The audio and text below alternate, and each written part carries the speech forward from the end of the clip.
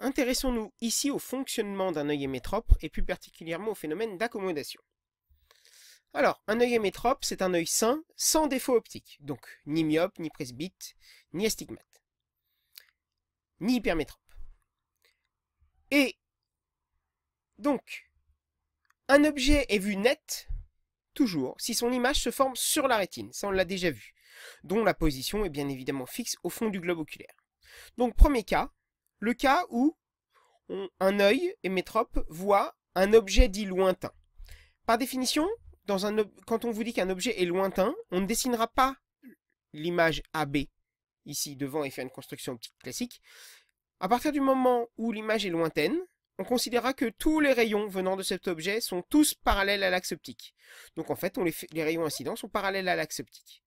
Et on a dit que, par définition, au repos, un œil normal forme une image nette sur la rétine pour tout objet lointain. Donc la distance focale de l'œil est donc égale à la distance entre le cristallin, le point O ici, et le point A' sur la rétine. Donc F' est sur la rétine. D'accord ? Comme ça, l'image qui se forme est nette.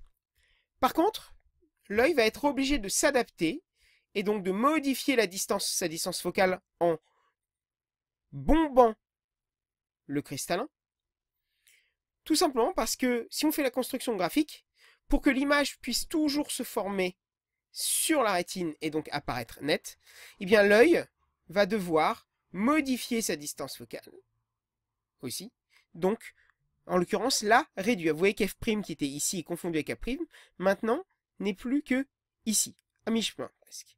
Donc, plus un objet se rapproche, plus l'œil va être obligé d'être plus convergent et donc de diminuer systématiquement sa distance focale. Ce phénomène est appelé le phénomène d'accommodation.